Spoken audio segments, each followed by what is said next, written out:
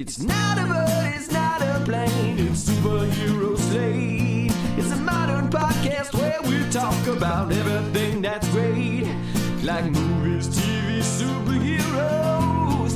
It's Superhero Slate. Oh yeah.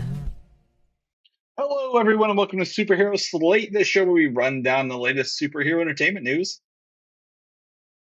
We love TV, movies, and superheroes, so let's talk it all out. My name is Chris, My name is Superfan Jim.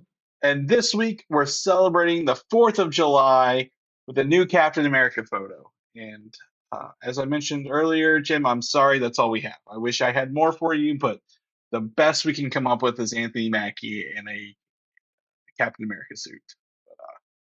I guess we'll make do with what we got. Yeah, I wish it was fireworks. Just wish it was fireworks, but we'll figure it out. I know you're excited. I'm not here to have you here, but we've got more Superman set photos showing off Green Lantern, Guy Gardner Green Lantern, not even a regular Hawkgirl. We got the biggest bowl cut you've ever seen, and Hawkgirl in set photos. Talk about later in the show. I got some Nathan Fillion. I'm excited. That's right. And you guys, you just wait till we talk about the cape. You're gonna love Superman's cape. Is all we're saying. So check out the show notes. And lastly, Hellboy's Crooked Man trailer debuts. The upcoming third iteration of the Hellboy in the film franchise is coming out. We got our first trailer to look at that and more on today's episode. So I want to go ahead and give a shout out. Thank you, Jim, for being a guest host today. I really, really appreciate you stepping up. And I'm just going to go ahead and admit this is our second time recording the intro because I lost some audio earlier. But thank God for Superfan Jim. He's a super fan, the superest fan around. Is that a word? Most super fan around to come back and put up with me a second time today. So thank you. You're welcome. And like I said, the first time, it is a privilege and an honor to be able to talk with you. So Yeah, I was more than happy to do it. yeah, it's been a good time, and obviously it's a holiday week. You're obviously in education and teacher, so you've got a longer holiday than most right now. For us regular folks, it's a regular holiday week, so first 3 days, 4th of July, Fridays is kind of that weird nebulous thing, and then the weekend. So with that being said, I have done a whole lot of nothing this week, as I mentioned to you earlier.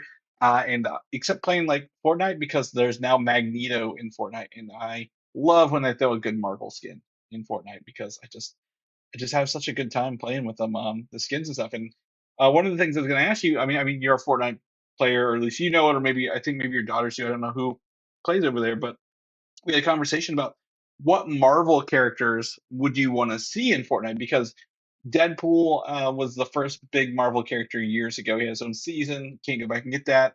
Then they had a Marvel exclusive season that had like Iron Man, Doctor Doom, She-Hulk, and all these other characters. And they've kind of trickled more in, pay skins as you go. And with Deadpool and Wolverine coming up, those characters are already in there. We can't do that anymore. Magneto's a legacy throwback, especially with X-Men 97. And I was going to see who you thought would be there. I know you don't have a list of the characters who are in there, so I can tell you if they are or not. But we talked a little bit about who that would be. So let us know who would you want to see as characters in these games, Jim?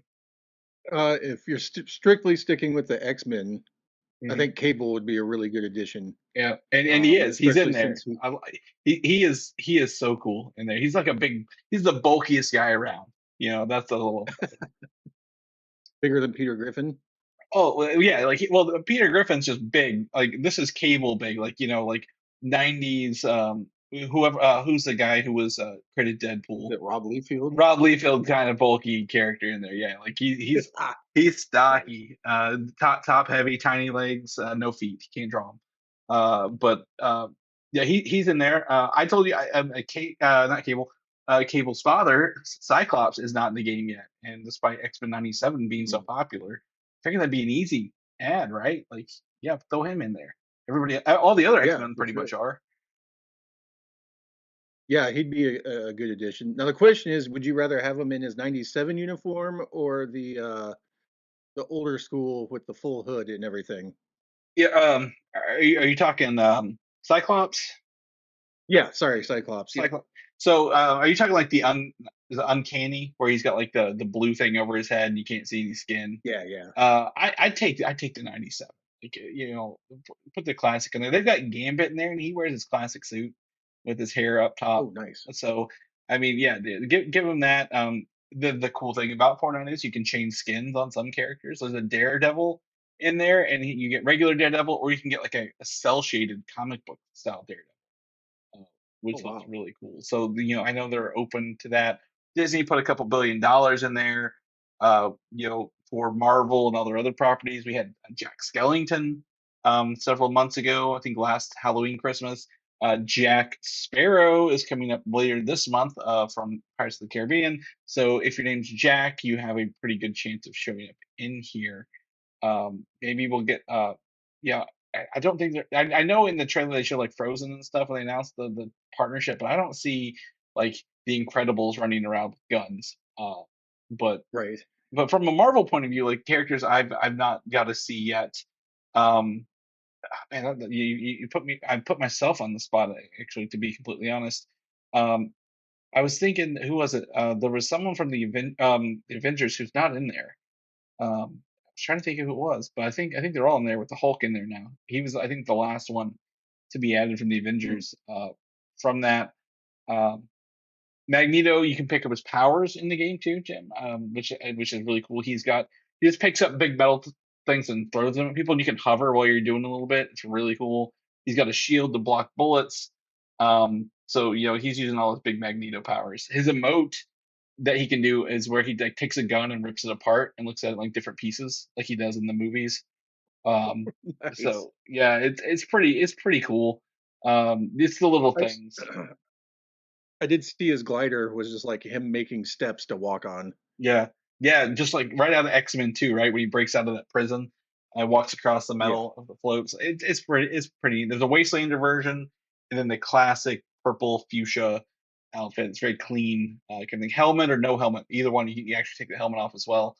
Oh, I know what we talked about this with the in the show. Brian, Professor X from his Krakoan era, the more recent comic books, where he walks Hmm. and he has that big like cerebro on his head, kind of thing. Like Yeah. that'd be, I Yeah. mean, it'd be easy headshot for sure, but uh, they're not gonna let him ride around in a wheelchair for most of it. So yeah, maybe one of Right. those two.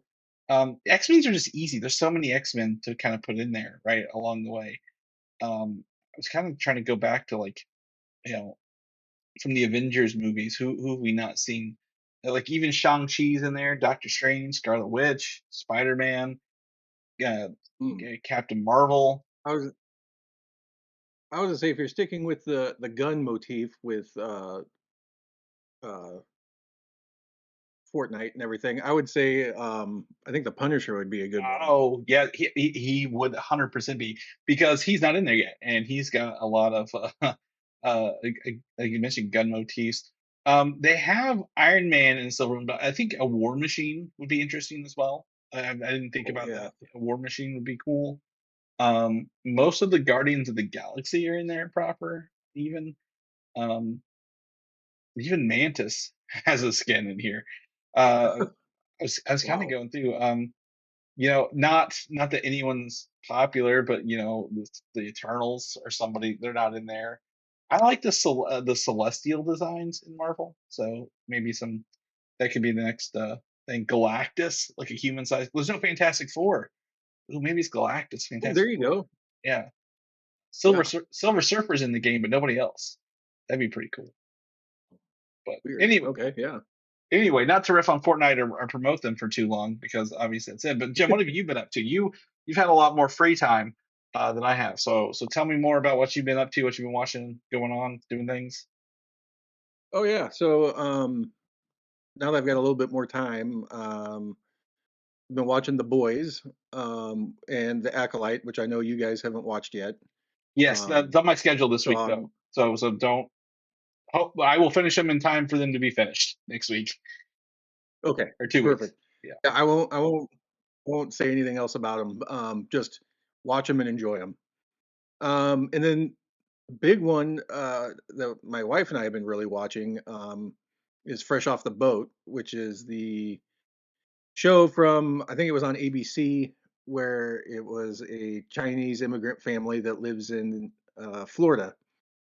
And I think the fun part about that is the dad on the show, Randall Park, who has been in Ant-Man, Hmm. and was he also in WandaVision. WandaVision? Yep. Yeah. And Aquaman. So, oh yeah, and Aquaman too. You're right.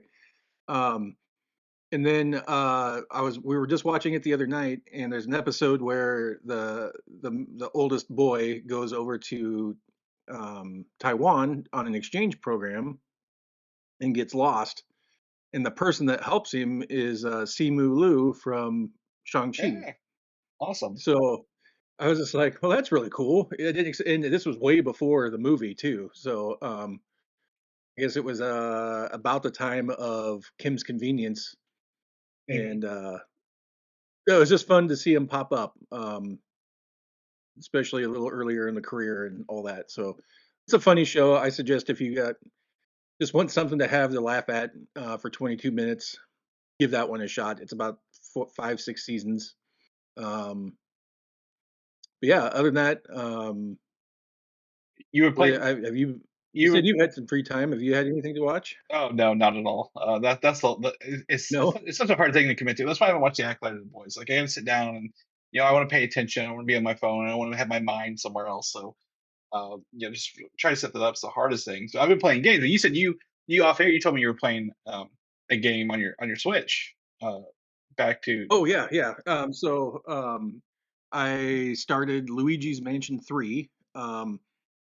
All the hype and everything around Luigi's Mansion 2 HD coming out made me go back and revisit this one. And I think I'm only like 3 floors away from completing it. So yeah, it's one of those where normally I'm big into like the broader action games like Spider-Man, some of the RPGs like Ghost of Tsushima and A lot of, Cyberpunk. a lot of ghosts going on Oh, in the games you're playing lately. Sounds like. yeah. So this one was just kind of fun. It's very low pressure, very low stakes, I guess you could say. Um, Kind of a fun, creepy atmosphere, not like super scary or anything, Uh huh. and charming. There you go. That's a good word for it. It's just a charming little game that's fun to just sit back and relax. Yeah. I mean, I've So I've been played the enjoying that. the arcade version. Have you ever played the arcade version where you get to use the actual packs and do like it's got a little feedback as you kind of play with those? I haven't. I've seen it in some arcades, but I haven't had like taken the time to play it. I guess I will have to next time. Yeah. What's really cool about Mario properties is they can literally take their characters and put them in their own games. Like I know there's a Peach's Showtime recently. Luigi's Haunted Yeah. Mansion, Yoshi's Safari or Yoshi's Crafted World, and I think even Toad's Treasure Tracker. Like every character has their own offshoot that's a different genre, and they're always just spectacular. Nintendo's firing on all cylinders with those characters.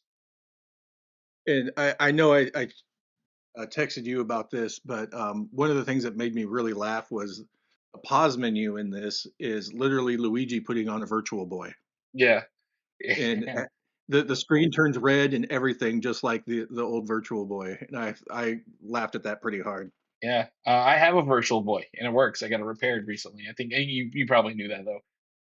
And I've got Mario Tennis for it. I need to look at some other games because there aren't many other games. There's like 40 games, or not 40, like 15 total games for the Virtual Boy.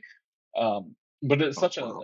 a piece of like it is VR. It's early VR, but you had to put it on a shelf and everything was red because it was better than some of the color stuff they were trying back then. But yeah, that's really funny that Nintendo utilizes some of that stuff. It's like playing Pokemon, and they're like, "Oh, you're playing your GameCube or you're playing your DS in your room," or like they have like little Nintendo consoles in your room. Like they love to cross promote their stuff, good or bad. At the end of the day, sounds like Right. for that. They're not too precious in that regard. No, no, not at all. But yeah. So if you want to, I don't know if you want to touch on your other thing real quick. What you were up to late last night, just real fast. Oh yeah, yeah. So keeping with the dare I say spirit of Hmm. ghosts and all that, I've also recently become a member of a ghost investigation team.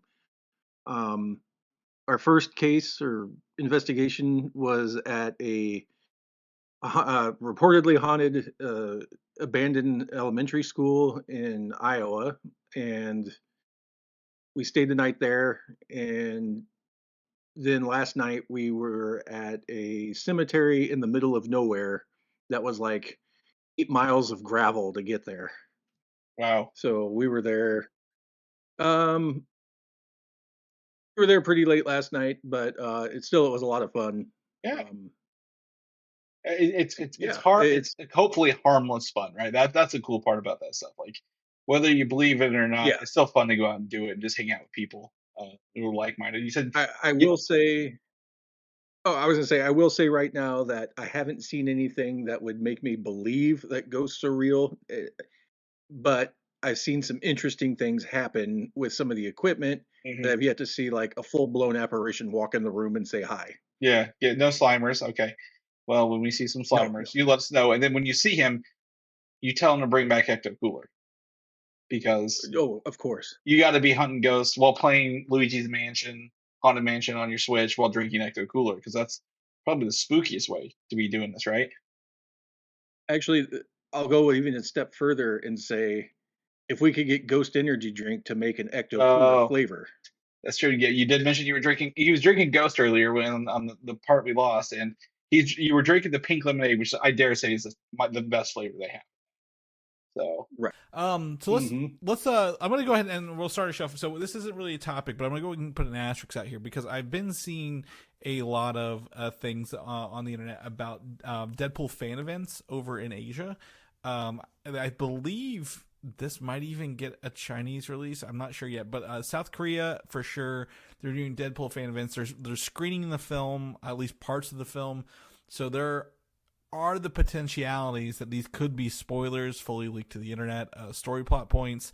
Neither confirmed nor denied by the scoopers yet, but I don't want people to be looking up Deadpool here in the final weeks up until its arrival and then being ruined by things posted in the last minute other than trailers. So if you are of the kind who uses social media blocking keywords, now is the time to really double down on that. Don't delay any longer because that's going to be happening sooner than later. And if I pull up my calendar, and I believe it's correct because it's hard to believe it's the 7th, 2.5 weeks until my screening.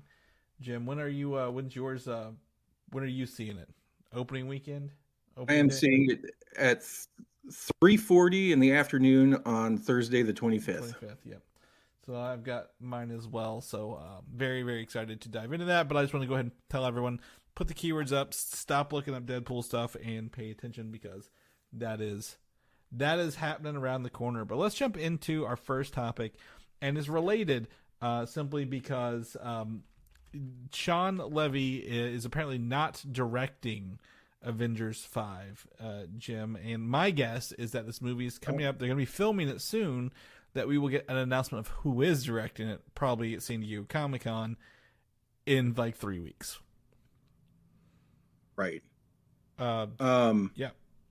Do you have any guesses? I don't. I have no guesses at all. Honestly, I always think these movies, the last the four Avengers movies, really, it was two directing teams. Well, Joss Whedon did the first two, the Russo brothers did the second two, and really, Age of Ultron is probably the weakest of the link, but that was a time, the first era of Marvel was still done by committee, and so that was a committee film that kind of suffered from that.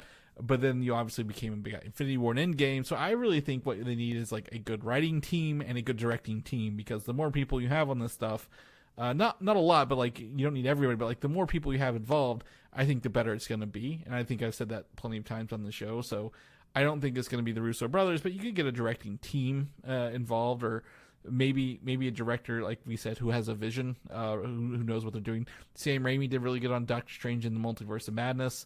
I don't think this is multiversal yet, but you need to know someone who can handle multiple characters on the script side, and then someone who could also handle how to shoot that and get that done on the directing side, get the best out of the actors. I think the actors are the least of my concern. They've already got those. They're not really bringing in a whole lot of new people, if anything. But I just don't know. But there's I would say a lot of anticipation, a lot of hype riding on this. Right? Yeah. We are. It'll be 7 years before since the last Avengers movie came out. So it's not like it's we're getting it every 3 years, every 4 years. It's going quite a bit. But I mean, I've got no names on my docket. I would love to see who they come up with. Jim, who do you have on yours list? You've already mentioned, I really want Sam Raimi, especially after Multiverse of Madness. I think he's got the experience and the like you said, the vision. I think he would make a very wonderful looking movie. Now, would you rather have him on Avengers 5 or would you have him on Secret Wars? Good question. Because it sounds to me like a Secret Wars because of Multiverse of Madness. I think he would play in different visual styles and that wackiness a little better there than I think the setup to it. Because if you look at Infinity War and Endgame, like Infinity War was more of a bunch of battles happening, whereas Endgame was more time travel-y, like revisiting stuff. So I think these movies should have that distinction as well amongst them.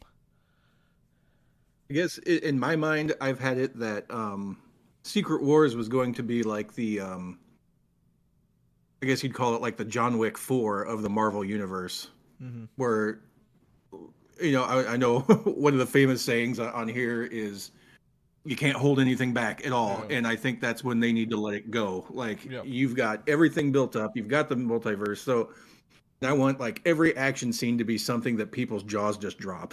Mm-hmm. So I would almost say in that regard, yes, you need your character development and all that, because that's really where Marvel shines. But they're more than just action movies. But for that one, I think you're going to need a really strong action director and like a good choreography team. You know what? Actually, for that one, get the guy. Well, he already dropped out though, didn't he? That did Shang-Chi. It was just this first one. I don't know if he'll do the. I mean, the Secret Wars is up for grabs. I think for anybody at this point. But okay, you've got if he got that one, I think he could rock that one. Yeah, I think maybe. I think he did.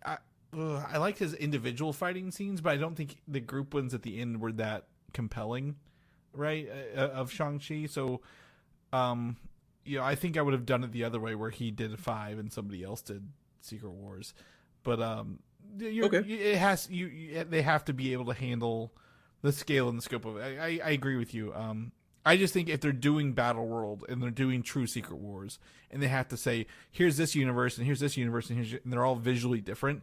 You got to have someone who can really make sure they stand out. So whether that's Sam Raimi or not, or somebody else, maybe it's the I can't think of their name, the Everything Everywhere All at Once duo doing that one. Oh yeah, those guys would be great because they did that multiverse movie really well, and then they are a directing duo. So I think that would be a huge grab if they could get them and work with them on that. Yes.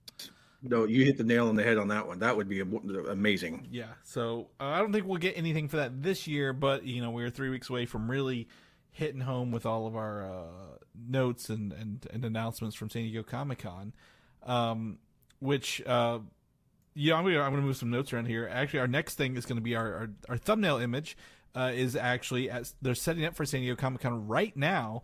And with that, you can actually get a preview of some of the new Fantastic Four artwork on those banners that are hanging off the street. So you get to see Reed Richards, Johnny Storm in a stylized fashion, Sue Storm, and the Thing on another banner in a stylized fashion. And they say, celebrating the popular arts, Comic-Con International, obviously. But what's cool about these is, obviously they're not the actual actors. They seem to be silhouettes. And you may be like, oh, Chris, this probably is for the comic books, right? Well, no, because at the bottom it says Marvel Studios, Fantastic Four. And then at the bottom of that, it says the Future Foundation, which is really cool because the Future Foundation is an organization they set up in the comic books several years ago. So it looks like, when we get to the Fantastic Four, they will have already been existing. The Future Foundation will be something they're working with. I really enjoy their use of on these banners, and I'll let you go here first. Is that we can see Reed Richards' silhouette? He's got the gray temples, the graying hair on the bottom. Johnny Storm, orange with fire. Sue Storm, the dotted outlines for the classic invisible look from the comic books from like the 60s and 70s, and then the orange Rocky Ben Grimm, aka the Thing, as well. Reed doesn't show his powers, but I really enjoy these classic 60s looking kind of silhouettes on these characters. Jim, what do you make of this stuff? Yeah, they're very minimalist, and I think that actually works well in building some hype of just like, okay, I want details. Mm-hmm. No, I like the way the Thing looked, and I thought it was kind of interesting. I know it's based in an alternate 60s, but Sue's got the bob haircut. It's almost like that. So, it's a very hyper accentuated curl as well, if you will. Yes. Like, not quite like the Aeon Flux version, but yeah, it's it was good. I was kind of surprised by that because I didn't know if they would have Vanessa Kirby with long hair, because everyone else in the movies has had the long hair. So, not that that's a make or break thing, but it was just an interesting observation. Yeah, it feels true to the era, doesn't it? Right, like that's the thing. Like you Reed and Johnny both have the the high and tight haircuts, as you can kind of tell as well. Knowing it's Pedro Pascal's Reed Richards, and can't think of his name. He's actually in the Quiet Place Day One in Stranger Things guy, Johnny Storm. But either way, really, like you said, you nailed it. It's minimalistic. It's just couple colors, couple outlines, but that makes me feel like even though they're filming Marvel Studios Fantastic Four the day after San Diego Comic-Con, they're going to be bringing something there, Jim. They're going to be bringing something big to their presentation. So probably bring them all up on stage. Maybe we'll see more of the suits, or maybe get some confirmation on the casting. Maybe a Galactus concept art. Yeah. I was going to say, do you think they're going to go... I know Marvel in the late 60s and early 70s kind of went psychedelic, especially with their cosmic stuff. Do you think they're going to do that with the Fantastic Four, or it's going to be more straight-laced? I don't think it'll be that wild. I think, knowing that it's in an alternate universe, they've already got, they're already set that they've got a gender swap Silver Surfer. They've got a Galactus. They have possibly a Mole Man or whoever.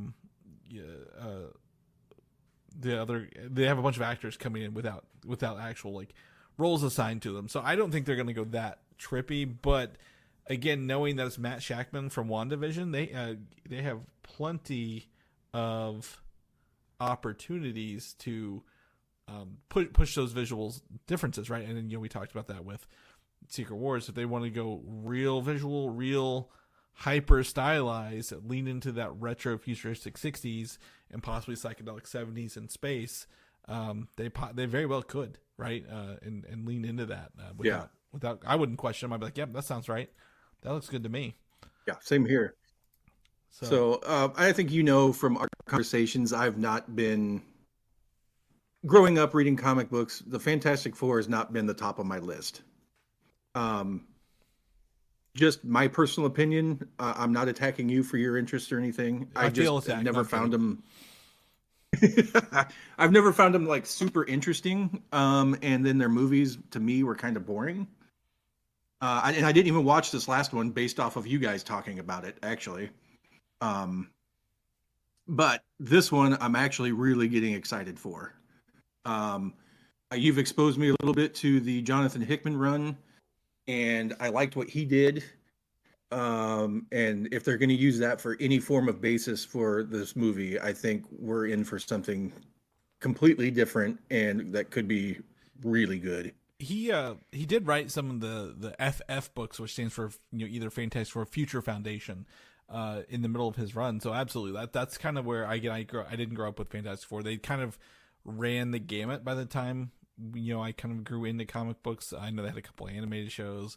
They'd already grown up. They'd had the kids. They were, it was kind of, it was just boring. It was like, we've done this. They've become parodies of themselves. But to bring them back around, in more recent years with that stuff, it brought me into the fold, especially with Jonathan Hickman's run that he read, and then he did like 2 runs, so like 1 run and then he took a break and then came back and finished it. And he actually even wrote into Secret Wars, like that was his stuff.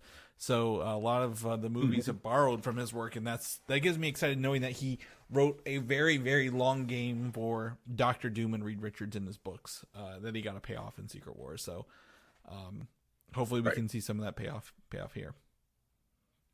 Moving on to the next topic. Yeah, I'm excited. We've got Captain America Brave New World for the 4th of July. For all of our American listeners out there, they officially released it appears to be a promo seal. It looks like it was set up to take a photo of someone filming Anthony Mackie on set in his new outfit. Historically, I put this in here with Mike in mind. No offense, Jim. Knowing that we both, as a whole, Anthony Mackie cannot hold anything on his own. However, I don't mind seeing him in the Captain America suit that they've designed for this. I like it better than the white one. It's more low key, fits the style of that. It's an homage to the Winter Soldier suit with a little more red in it. Yeah. He seems to be a little more stoic in this and that goofiness that we always kind of, chide him on. I'm like, but I don't think this is a real photo because there's that big Captain America logo on the side of the camera they're filming. But it is kind of interesting to take a look at. But I'm not hating this. This doesn't give me any red flags. Makes me feel good to see the suit and this high detail resolution on it. Yeah, for sure. And like you said, I really enjoy the throwback, the homage, whatever you want to call it, to the Winter Soldier suit, which is my favorite movie suit. Mm-hmm. Because of like its simplicity. And I'm digging this one too. The white one wasn't bad. I mean, I didn't hate it, but this is definitely, I think, a step in a better direction. Yeah, well, the white, again, I don't hate the white either. I think it was a highlight, of the Falcon Winter Soldier when they unveiled it in the vibranium stuff, but it sticks out like a sore thumb, right? Like it's very contrasty to everything, and this feels muted colors. It feels more like he's turned into maybe, a Captain America soldier rather than just, hey, I need to be an icon and visually distinctive. This feels like, he's actually going to be doing some stuff. Like, right, we've seen them filming recently in Georgia with Giancarlo Esposito on set and all that stuff. And I've heard those scenes have wrapped. They've wrapped on the reshoots for the re-edit. So this comes just in time to kind of show us that. I like it. I want to see it in action. I want to see the movie, but I really just enjoy this outfit that they've crafted for this movie here. Yeah, I'm 100% with you on this one. Nice. Maybe I think we're gonna get some footage and updates for this movie at San Diego as well. So we'll come back and report on that here in a couple weeks. With a year out. Go ahead. Do you think it's it's going to be a trailer or just like a sizzle reel? Well, it could be either way because it is the next Marvel movie after Deadpool, right? So I think if anything, I don't think it'll be an official trailer, knowing that it's a year out. But I think they'll show something there on site, and it may be public because of this movie. Like the toys are already at McDonald's, right? Like we don't have to, they're already delayed this by a year or more. So we already kind of know some of the bullet points. They've changed a lot of the things. I do think we're gonna see maybe get some stills officially released, maybe a quick sizzle reel for everybody else. But they don't need to keep this one secret anymore because it's been around. It's been through the ringer, if you will, a time or two. Yeah. No, that's cool. Yeah. So the other things I think we'll see at San Diego Comic-Con, we got some updates for this week from Brad Winterbaum, the guy who runs Marvel Animation, and Eyes of Wakanda is one of the shows that we've heard is coming out later this year. And Brad confirmed that the animated show is the most animated show that's most set in the MCU because it's featuring Wakandan history in the MCU rather than What If is other stories. X-Men 97 is completely different. This animation is essentially telling the history of Wakanda in animation.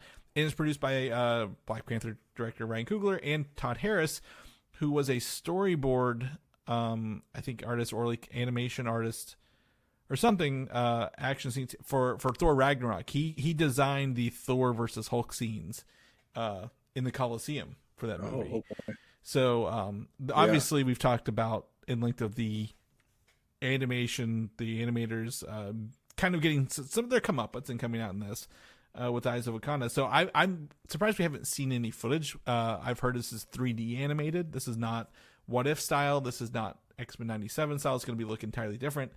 And I've even heard we'll see historically Iron Fists and maybe some Greek gods when they were in the old history of the Earth along the way. Is there anything in particular you're looking for in this one? No, I guess I don't know a ton about this one. I mean, I'm aware of what Wakanda is and all that, but no, I wasn't aware that it was going back into the past like that. I think that'll be really cool, especially if they can show some designs of like certain eras, and they can change up the designs for like Wakanda, the armor, anything. I think they got a good idea going here. I think the cool thing about it, I think this is something we will get a trailer from. If they're going to show it this year, I do think we'll get a trailer out of this.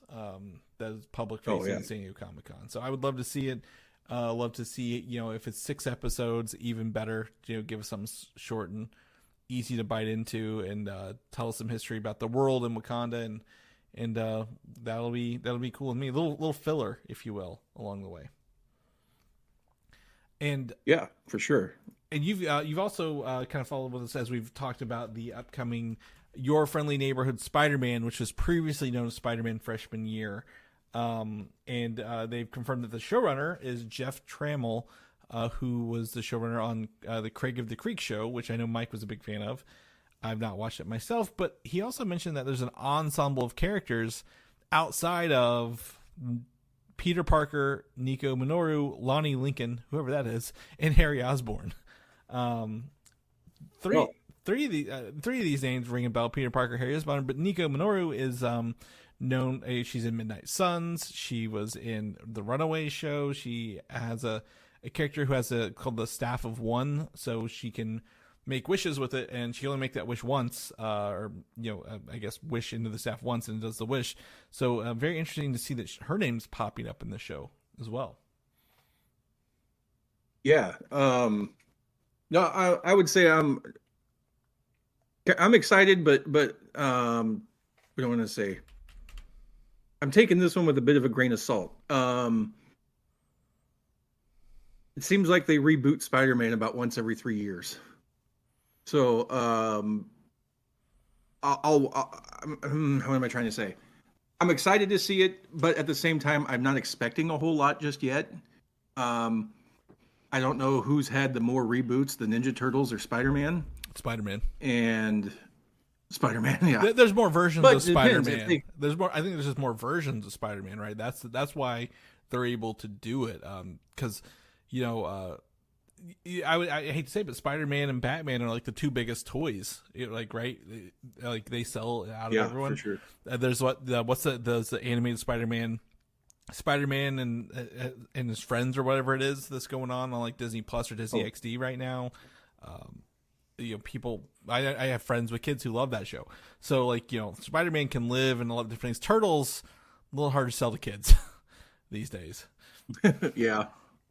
But no, I'm looking forward to it. I want to see how they handle it. I really want to see it in action because a little while ago they released some of the character designs.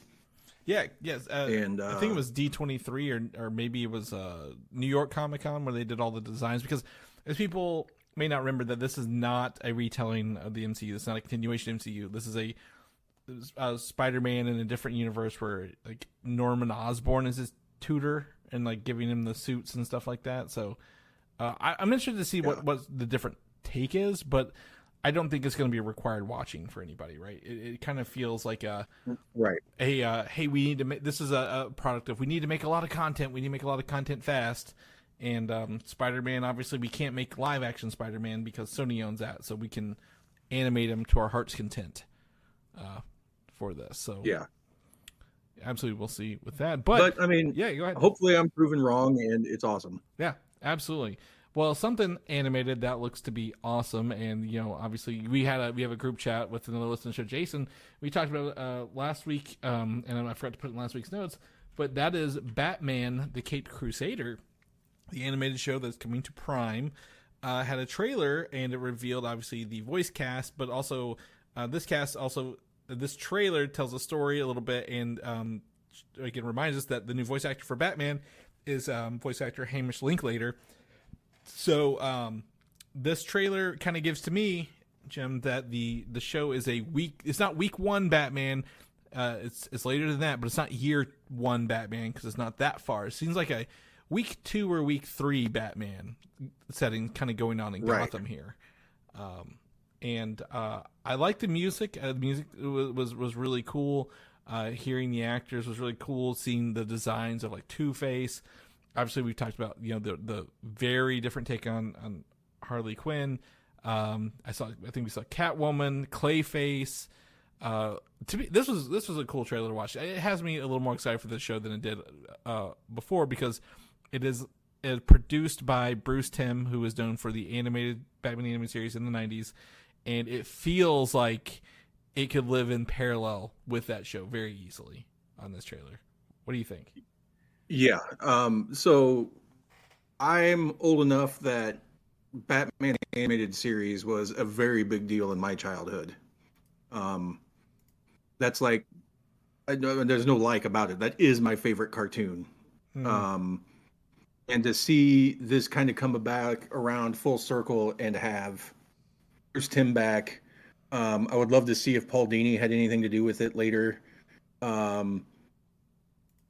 My only regret is that Kevin Conroy is not around to do the voice. But like you said, Hamish Linklater, is that how you say his name? Linklater? Yeah, we'll take it. He sounded awesome. Like, I was blown away. I couldn't even believe that was him. And the other thing that struck me about the trailer was that, so their costumes have been redesigned for more of the very, very classic Batman, like Golden Age. And the Catwoman is back in her like purple and green outfit from the very beginning. And they showed a scene where Batman and her are chasing each other on a rooftop. And I didn't expect her to move the way that she did, because I guess I'm thinking back to like the older cartoons or even like the older show where it's just a lot of standing around and posing and talking. Yeah.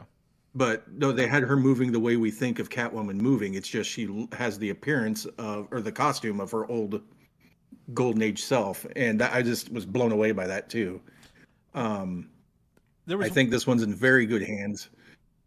Yeah. Well, go ahead. Well, no, it's fine. I was saying, to that point, the movement, there's a scene later on. It looks like we're like maybe some sort of like spectral or like a apparition or something takes over Alfred in a graveyard. It looks like, I think it's Alfred.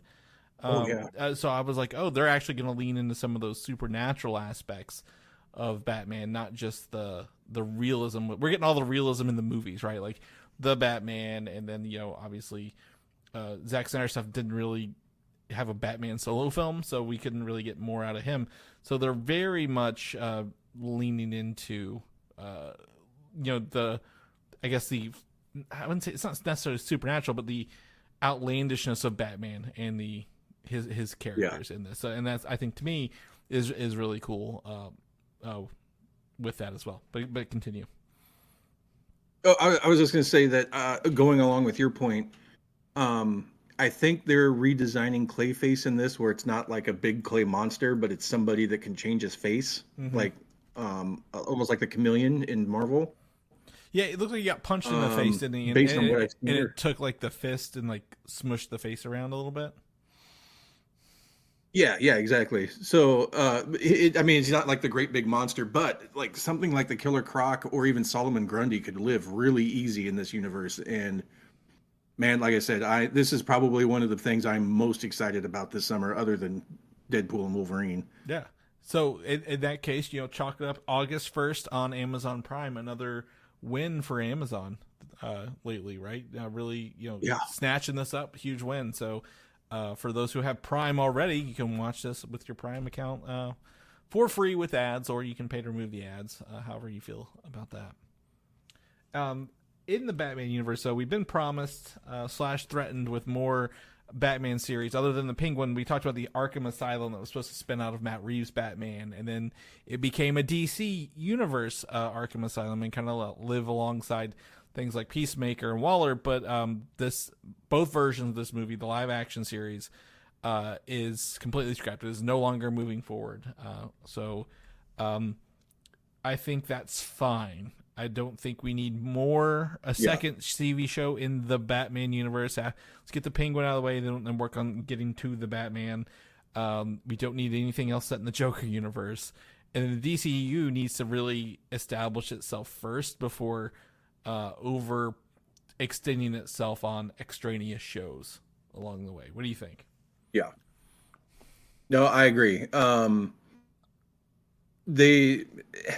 I know Mike has talked about this before too, but the whole let's dive into Batman without having Batman in our show is getting really old. Mm-hmm.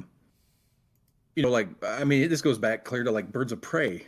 That Batman was in that for like 10 minutes in the pilot, but Titans, they referenced him. Yeah. I think he showed up in a dream sequence, but they went out of their way to not. I think they had Batman him later, proper. But I think it was Bruce Wayne, wasn't it? Like we cast Bruce Wayne kind of thing, and yeah. But like you're right. Yeah, it was that guy off of Yeah, I can't think of his name. Oh, I was gonna say it was the guy off of Game of Thrones. Well, that could be anybody. Yeah. That was 8 seasons, and everybody was in that show. But they had Gotham. They've done this. Penguin. Yeah. Well, so the Penguin doesn't strike me as bad because that expands the universe that's already established with Batman in it, and he could be in it. I think that one's fine. Same with the Harley Quinn show, the animated one. Like, I understand it's a Batman character, but she exists in a DC world because she references all the DC characters. So I think that's fine. But yeah, but I mean, Batman does show up in that, right? Hilariously so in a lot of parts. But I just mean it seems like they want to reap the name Batman without actually putting the cowl on screen, and it's so weird to me. I don't understand the thought process behind it, but I'm not an exec in WB, so I don't know. The thought process is we're precious with our characters, so you can have everyone but the main character, if that's what it is. That's how it feels, right? Because they've done this and that, so they never really. Like I said, they didn't even give Zack Snyder Batman proper, right? He had to do a Superman sequel to get him, so they're just precious with it along the way. So absolutely, I'm glad they're not doing this. I also don't need Gotham PD. If I'm going to be completely honest, we can the city itself is not a character, as it was not a character in the movie. So, less is more in this situation. But we're going to move on to I agree.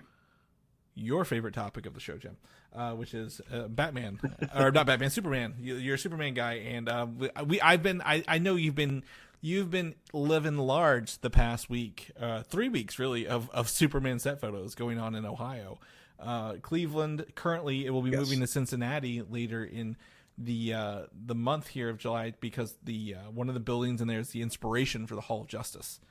So I've actually included one. Oh, that's right. Yeah.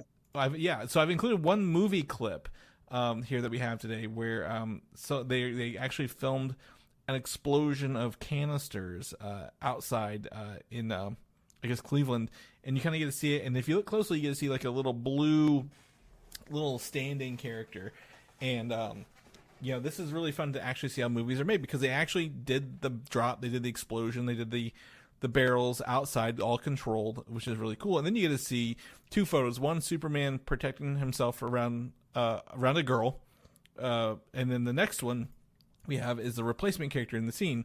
So you get to see, hey, here's the film, the clip we're gonna impose on this. Then here's how we filmed it with the blue screen, because we're gonna put Superman over this blue explosion. And to me, the really cool part about the filmmaking process is none of it, like, yes, it's compositing two things together, but they didn't CGI the explosion. They may enhance it later, but they actually blew up. They may be fake barrels, they may be foam, not necessarily real explosions, but like, you get to see the dust, the explosions, the cars, the things dropping, everything around this, and that, I think, is going to make a really cool shot in the end with that. Yeah, much more practical. Yeah, for sure. Um, yeah, I was excited to see that.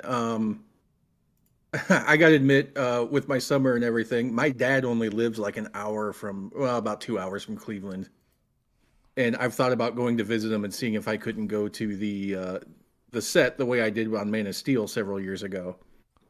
Um, but I'm a lot older now, and I just haven't made the trip to go do that. Mhm. But seeing these set photos has got some serious FOMO going on. But man, I am excited. I know we're going to reference them here in a minute. I'm gonna kind of transition into the two guests or guest stars that we've seen in photos this Yes. week. Yeah, we saw him, I think, briefly last week, but boy, did we get the close-ups this week. Yeah. So that's Guy Gardner, Green Lantern, and Hawkgirl. And I'm wondering if it's not going to be reminiscent of the scene from the beginning of the is it the New 52 Justice League, when Batman and Green Lantern show up, and that's the first time they've met Superman, and they kind of fight him for a little bit. Yeah, so yeah, we saw, I think last week it was Mr. Fantastic, Hawkgirl, and Guy Gardner, Green Lantern. I think if not, it was something else I've seen this week, because these photos are all over the place and it's so hard to keep track. But they were all walking together, and Superman was kind of behind them, so it looks like maybe they're not fighting him, but like, we're gonna go into this here, so you get to see the Green Lantern. So we can see Guy Gardner, his strawberry blonde bowl cut that they've given to Nathan Fillion, and then Hawkgirl with the mask and her mace. But the second photo I have, the last one here, is Guy Gardner and Superman. You get to see very clearly on this one, and when you compare back to Hawkgirl, they have the Lord Tech logo on their suits. Green Lantern and Hawkgirl, as well as not Mr. Fantastic, Mr. Terrific, have that Maxwell Lord Tech logo on their suits. So I think we're going to get a world of corporate sponsored superheroes. Like they are a team of corporate sponsored superheroes. Like, and obviously Maxwell Lord will be played by Sean Gunn in this. So he's buying. Green Lanterns don't need tech, but I also know Guy Gardner is like, as a Green Lantern fan, he is the most annoying Green Lantern, because obviously he's more egotistical, and he's supposed to be very much not your typical Green Lantern. But to see him in here with these suits, the very white suits, the very black, like, or green, like he doesn't look like a Green Lantern, right? He looks like, hey, we're here to show up because we need some publicity.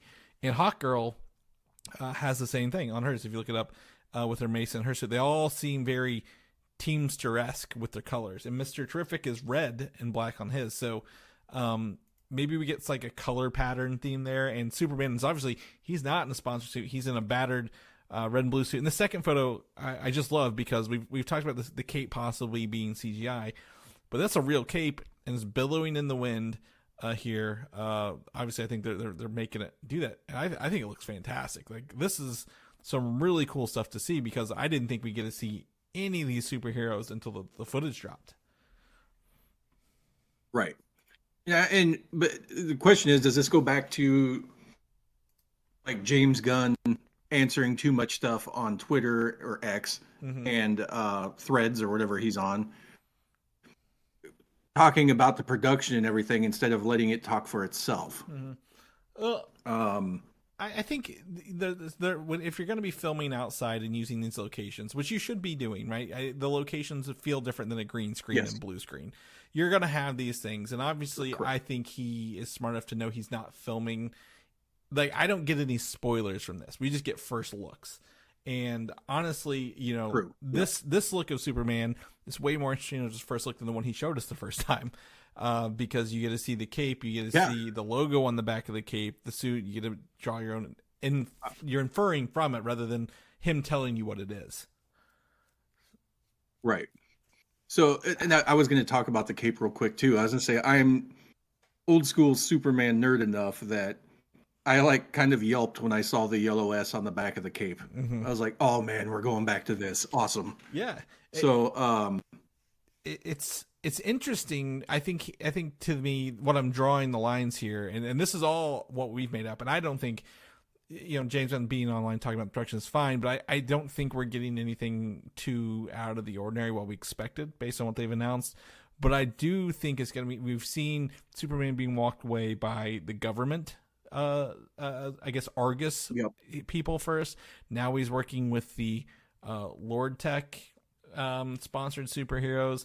Is he going to be the person who comes in and shakes up he's going to give it a new hierarchy in the DCU, wink, wink, if you know what I mean, from a Black Adam reference here, that he is not sponsored. He will not be bought by anybody, and he will not work for the government. He will do what is right for justice and all that other goodness. Give him the Boy Scout again. Yeah, and his suit is supposed to represent that he is not Argus black military. He's not Lord Tech sponsored suits. He is, red, blue and yellow / gold. And that's what he's going to be doing out there, is really breaking that mold and challenging what the world thinks of superheroes in the DCU.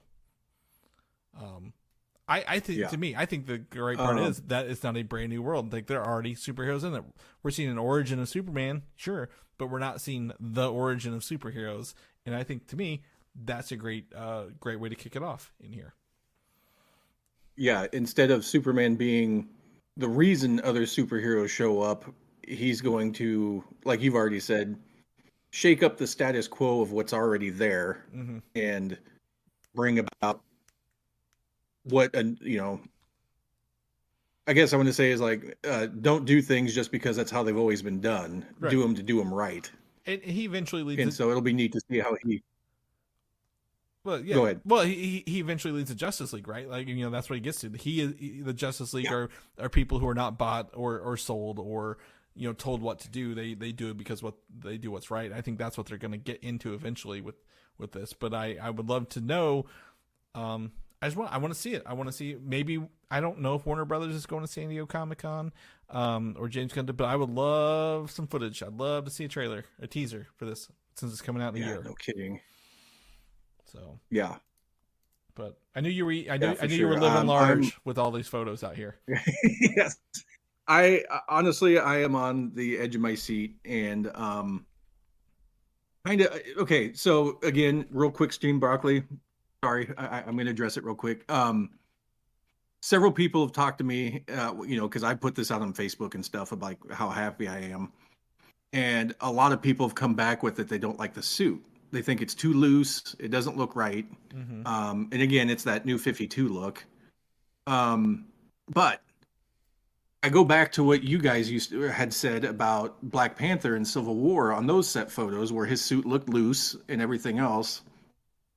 I want to see it in action. Like, set photos are great. Don't get me wrong. They're definitely hyping me. But I'm holding my reservations for any good or bad until I actually see how the suit moves on screen. Yeah. I really like the way it looks. I think it's a different step step in a different direction. It looks more, what do I want to say? Not militant, but like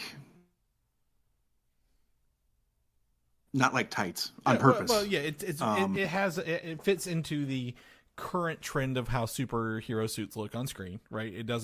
It's not this is bad. Oh, this is breaking the mold. It's on par with everything. But I agree with you. As someone who went to school for film production, what you see in a camera and how you edit things is not what a paparazzi sees on set.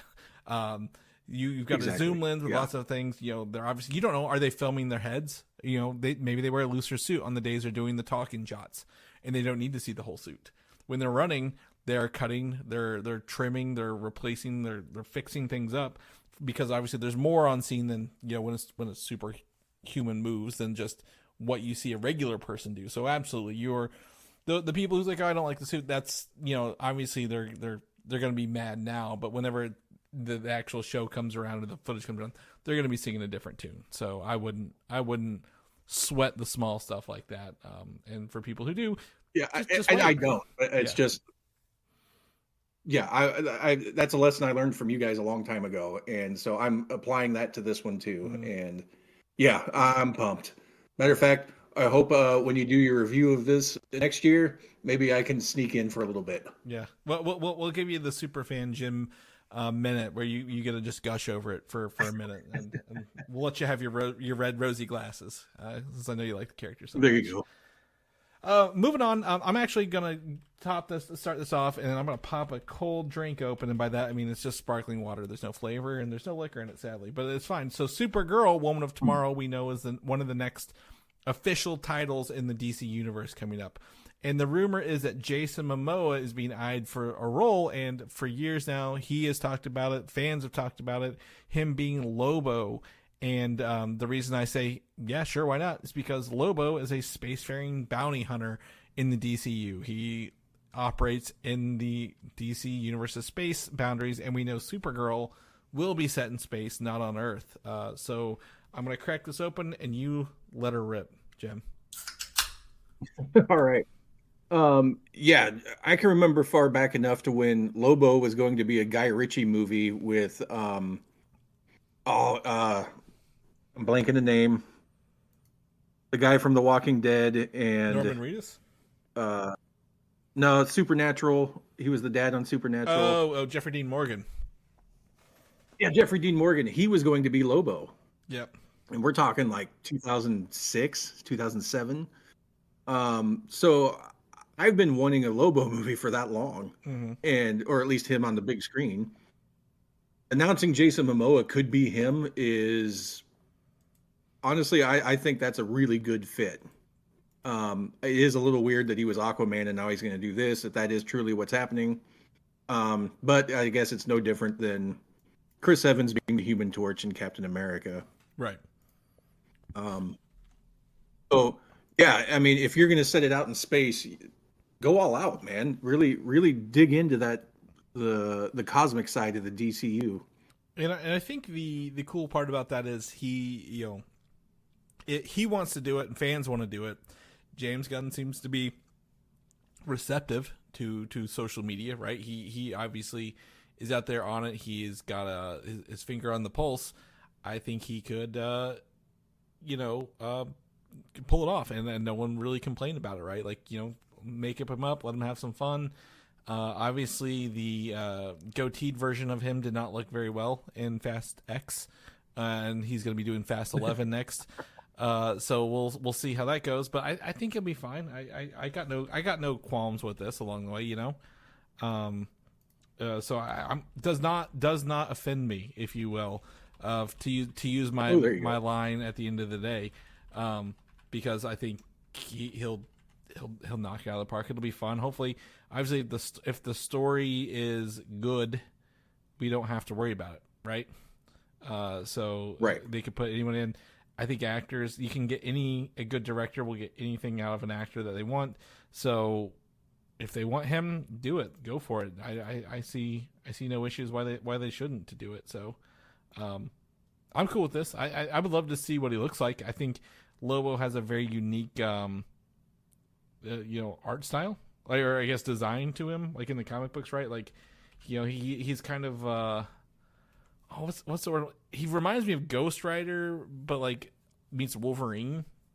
I don't know. Does that make sense? Yeah. I would love to kind of see what he looks like with that. We've seen fan art to death of this out there. So I don't know. It sounds like we're both on board with it. I don't think there's any big red flag here. But obviously this is only rumor. This is not a confirmation of that. But sounds like Supergirl's kicking off to film is what my long way to say that is. Right. The other thing is that, I mean, I know Lobo's a very big personality, and I think Momoa's got the charisma, the charm, and I guess you could say even that little bit of an edge of danger to him that could really live up to Lobo's personality. So yeah, I think that's perfect casting. Yeah. And like I said, other than Fast 11, I don't know what else he's doing. So lock and load. Right. Moving on into, we're going to revisit Zack Snyder's Justice League real fast. We've brought up some of his other stuff today, but it looks like he's teasing on Vero, the Zack Snyder social network, a theatrical release for his Justice League version, which we saw on HBO Max, a couple years ago, right? 21 maybe, 22. Had to been It had to have been 21 because I'm pretty sure when I officially got COVID was the weekend that came out, where I was sick to death, and it was in my old house, so it might have been even late 20, early 21. But this is a trend I've seen lately. I'm not saying there's there's a lot of desire for Zack Snyder's Justice League to hit theater. This is a Morbius re-release situation. I feel where everyone says it's Morbin time, we need to put it back in theaters. Sure. But I've also seen a lot of older movies filling the theaters this year. Remember when all the Spider-Man movies came back out this year? Even up to No Way Home. Star Wars has been back in theaters. I'm sure there's other ones I'm forgetting. Lord of the Rings is a big one too. Lord of the Rings, that was the one I couldn't think of. So I don't see this as this is a smart deal. This is just hey, we've got some gaps in theatrical releases. Let's throw some of these movies in here because some of those did see, Spider-Man's did see some money. I'm sure Lord of the Rings is seeing some money. So, I don't see an issue with this. But I'll be honest, you going to go see it?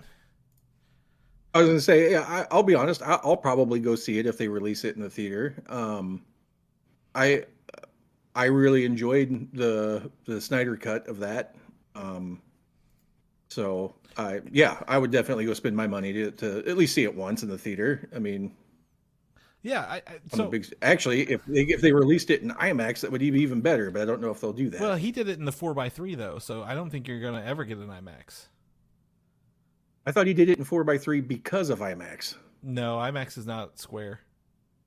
He has that big square. Okay, I guess I thought the reason he did that was I thought he said he was filming it that way to be for IMAX. No, why that is, I don't know. Yeah, IMAX is a bigger ratio, but I think it's taller and longer. It's not quite square. I think he just wanted to do it because I don't even know if any theaters that would show it that way. But do you wish they did was it not black and chrome? That was Mad Max, the black and white version.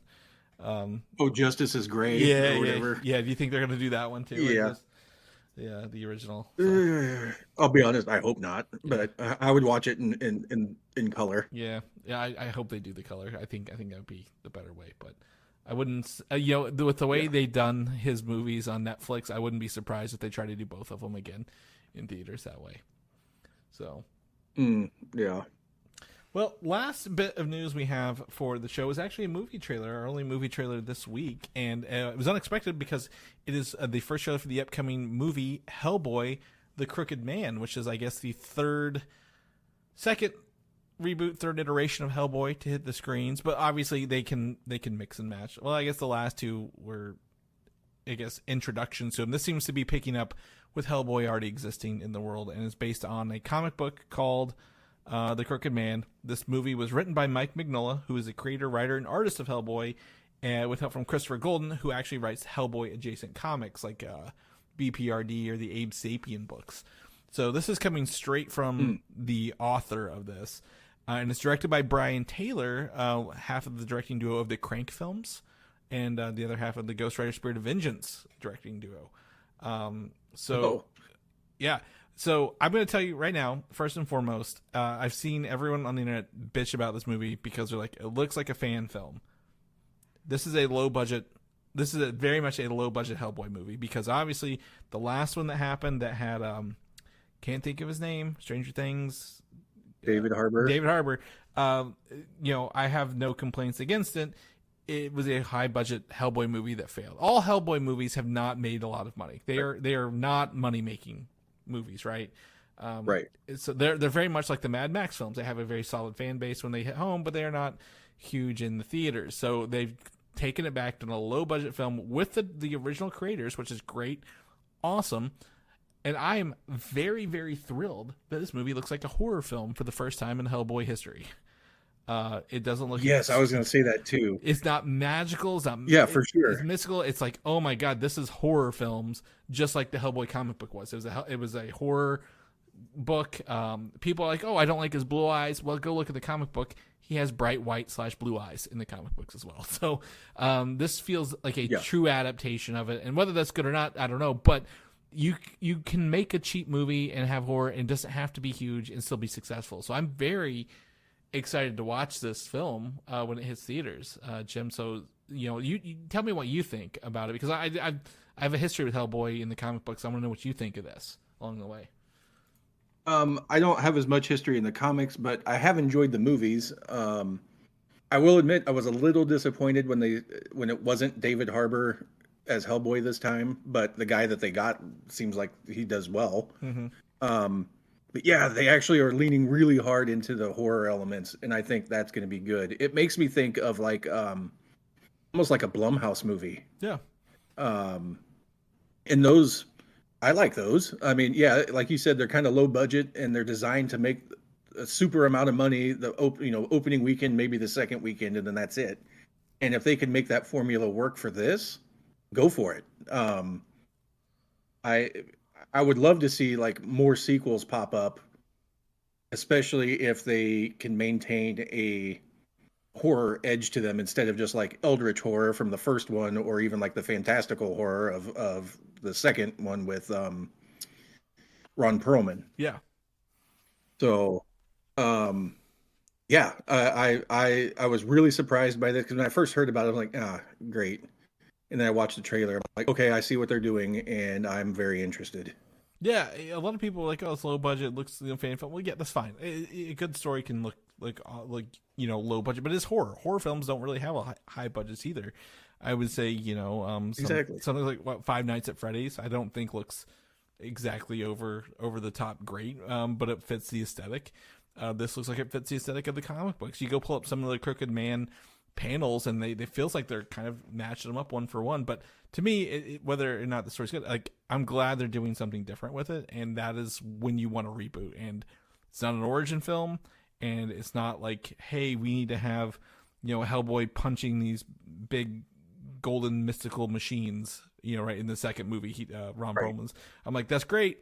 Guillermo del Toro did great stuff, but like, this is very much like hey, this is the Crooked Man essentially in the comics, whether it's here or not, is that it's a demon who is selling souls, or stealing souls and selling them to like the devil or something like that, or some other demon. Oh, okay. And Hellboy is sent there from the BPRD to figure out what's going on with it. So I just love the horror aesthetics.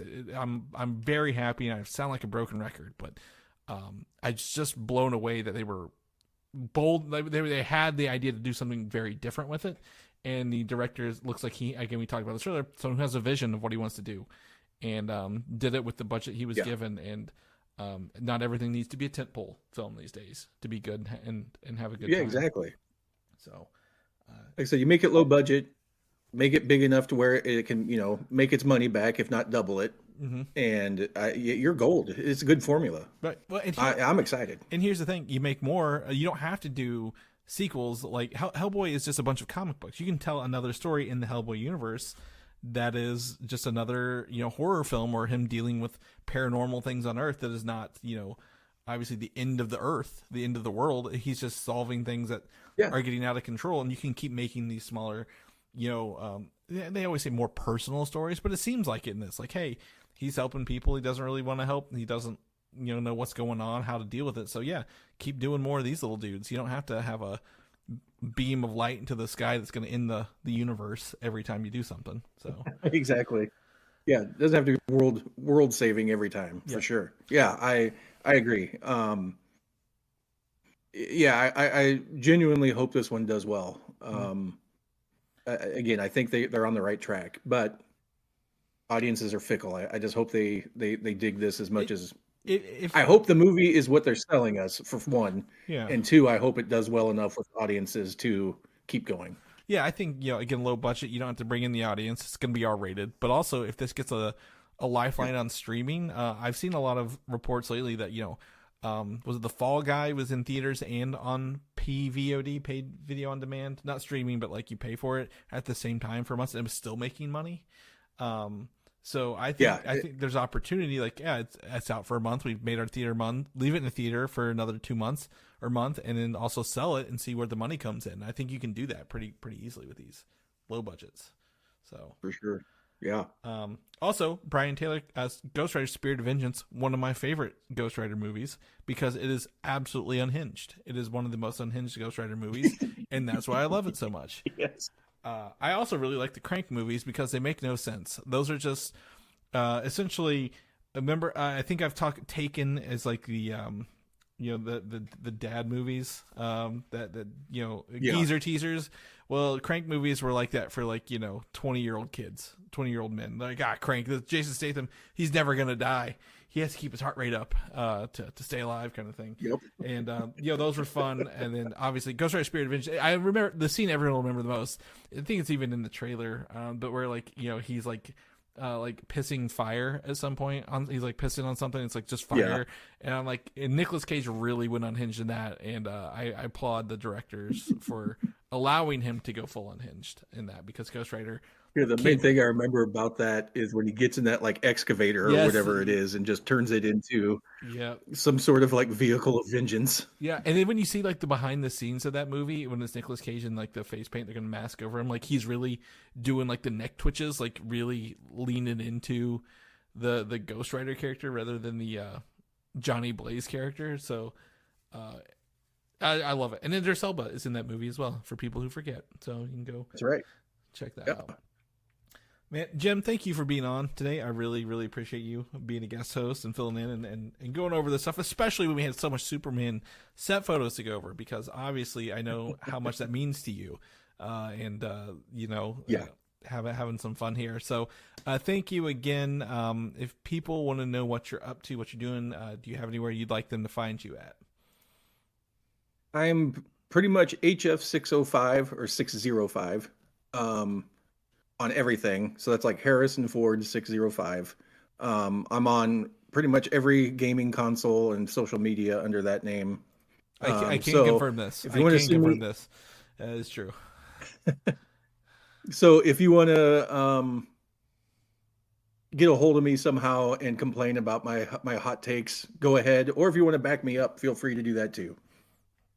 Awesome.